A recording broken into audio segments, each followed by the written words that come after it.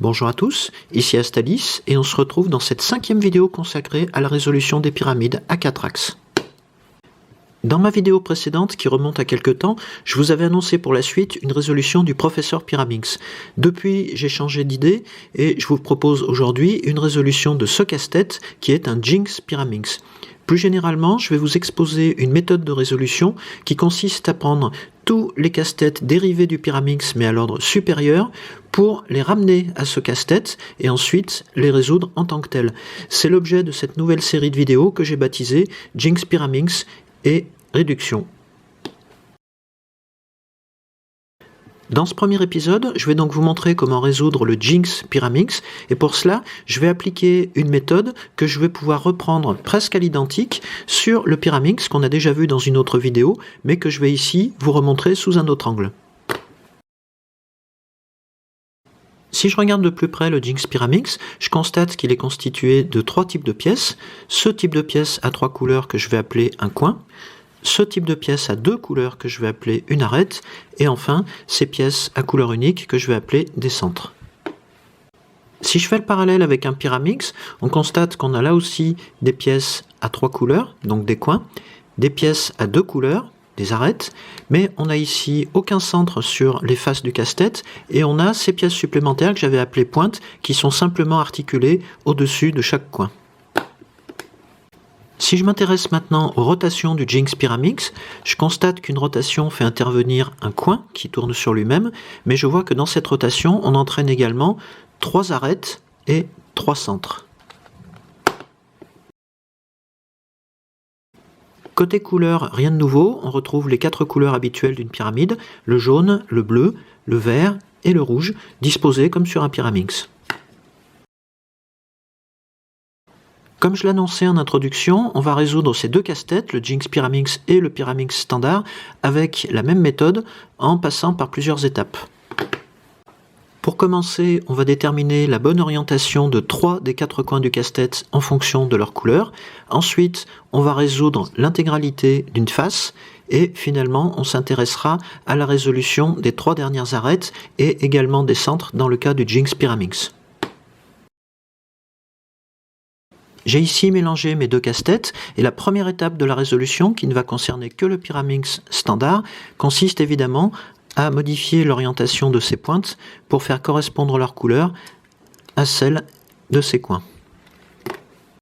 Ensuite, on va considérer 3 coins du casse-tête et on va les orienter de manière à ce qu'ils montrent la même couleur sur une de ces faces. D'habitude, je commence par le jaune. Je vois que ce coin comporte la couleur jaune ainsi que celui-ci. Je vais voir si celui-ci la compte aussi. Je vois que ce n'est pas le cas. Donc le dernier coin qui comporte la couleur jaune est celui-ci. On a cette couleur en commun sur ces 3 coins-là. On peut donc les orienter comme ceci pour avoir ce motif. On va pouvoir faire exactement la même chose sur le Jinx Pyraminx et je vois que j'ai ici 2 coins qui montrent leur facette jaune sur cette face. Ce troisième coin ne comporte pas la facette jaune, donc le troisième qui la porte est celui-ci. Je peux donc effectuer cette rotation et celle-ci, et on voit que j'ai bien 3 facettes jaunes au niveau des coins sur cette face. Je vais reprendre mon Pyraminx standard et je vais considérer cette face, qui sera la face jaune quand le casse-tête sera résolu, puisqu'elle est définie par la couleur commune de ces 3 coins. Je vais disposer le casse-tête comme ceci, avec le jaune vers le bas, et je vois que pour compléter cette face, je vais devoir mettre en place 3 arêtes inférieures qui auront nécessairement une facette jaune. Je vais aller chercher ces arêtes à face jaune à ce niveau du casse-tête.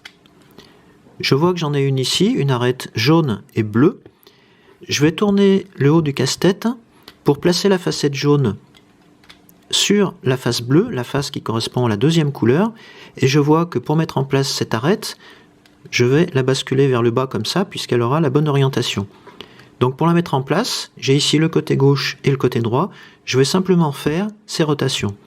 Vers le bas, vers le bas, vers le haut, et vers le haut. Et j'ai ainsi mis en place une arête supplémentaire. Même chose sur le Jinx Pyraminx, j'ai ici ma future face jaune que je vais disposer vers le bas et je vais chercher les arêtes jaunes à cette hauteur. J'ai ici une arête jaune et bleue, Donc je vais chercher la face bleue qui sera celle-ci. J'y amène mon arête jaune et bleue avec la facette jaune visible. Et je peux la mettre en place ici du côté droit. Comme ceci. Si je cherche mes autres arêtes à face jaune, je constate qu'elles ne sont pas à ces emplacements puisqu'elles sont déjà sur la face inférieure. Mais je vois qu'elles ne sont pas à leur place si je considère leur couleur, donc je vais devoir les remonter dans un premier temps vers le haut du casse-tête avant de les replacer avec la bonne orientation. Si je prends par exemple cette arête jaune et verte, je vais la remplacer en effectuant le même type de rotation.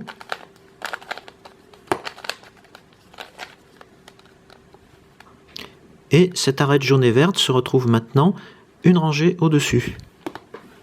Puisqu'il s'agit de l'arête jaune et verte, je vais la mettre en place sur cette face verte avec la facette jaune en face de moi et je vais pouvoir la mettre en place cette fois-ci du côté droit comme ceci.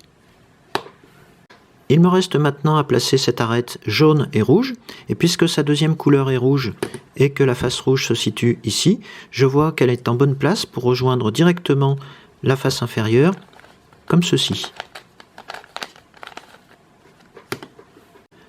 De cette manière, je vois que j'ai complété toute la face inférieure, à l'exception de son centre, mais on verra que ces centres sont traités en dernier dans la résolution du Jinx Pyraminx. Si on a une arête mal placée dans la rangée inférieure ou mal orientée, on la remonte exactement comme on a vu à l'une des étapes précédentes, avant de la remettre à sa place avec la bonne orientation cette fois. Je termine ici la résolution de la face inférieure de mon Pyraminx standard et je constate que cette arête jaune et rouge est à sa place mais qu'elle est mal orientée. Donc comme dans l'une des étapes précédentes de la résolution, je vais la remonter comme ceci et je vais pouvoir ensuite la remettre en place mais avec la bonne orientation ici du côté gauche dans mon exemple. Et on obtient cette nouvelle configuration. À ce stade de la résolution, on va orienter le quatrième et dernier coin de chacun des casse-têtes en faisant correspondre ces couleurs à celles des trois autres coins. Comme ceci. Je reprends maintenant mon Pyraminx standard sur lequel il ne reste plus à résoudre que ces trois arêtes et je vois en considérant leur couleur qu'aucune n'est actuellement à sa place. Je vais donc devoir permuter leur position jusqu'à obtenir au moins une correspondance de couleurs. Pour ça, je vais faire intervenir un algorithme très simple qui est à peu près l'équivalent de l'algorithme de la machine à coudre tel que je l'avais défini sur un cube standard. Et cet algorithme va faire intervenir cette partie droite et cette partie supérieure du casse-tête. Pour l'appliquer, je vais monter et descendre en alternance cette partie et je vais toujours tourner la partie supérieure du casse-tête vers la gauche dans le sens horaire si on le regarde du dessus. Donc ça donne ceci. Je monte à gauche. Je descends à gauche, je remonte à gauche et je redescends. Une fois que j'ai effectué cet algorithme, soit mes trois arêtes sont en place, soit j'ai une arête en place et deux autres arêtes dont l'orientation est à modifier.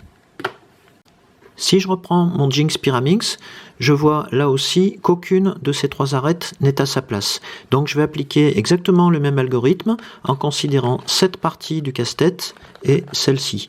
Donc je monte à gauche, je descends à gauche, je remonte à gauche et je redescends. Là aussi, je vois que j'ai maintenant une arête en place. Les deux autres sont à leur place, mais ont une orientation inversée. Dans ce cas de figure, je vais orienter mon casse-tête comme ceci, avec les deux arêtes à l'orientation incorrecte dans ces positions, et je vais effectuer des rotations vers le bas et vers le haut, en commençant par la droite. Donc je vais faire vers le bas, vers le bas, vers le haut, vers le haut. Je vais ensuite considérer l'arête qui se trouve à cet emplacement. Je vais la placer au sommet du casse-tête comme ceci et je vais effectuer des rotations avec cette partie et cette partie en commençant là aussi vers la droite et vers le haut, vers le haut, vers le haut, vers le bas et vers le bas. Même chose sur le Pyraminx standard, j'ai ici mes deux arêtes à l'orientation incorrecte, donc vers le bas, vers le bas, vers le haut, vers le haut. Je considère cette arête que je place vers le haut, vers le haut, vers le haut, vers le bas et vers le bas. Dans le cas du Pyraminx standard, je vois que j'ai déjà terminé la résolution, mais si je considère le Jinx Pyraminx, on peut se trouver dans la situation où il reste encore les 4 centres à permuter. Pour ça, on va aussi effectuer des rotations vers le bas et vers le haut, comme on a déjà vu, mais on doit d'abord correctement orienter le casse-tête avant de démarrer l'algorithme, sachant que cet algorithme va permuter ces deux centres entre eux et ces deux centres entre eux.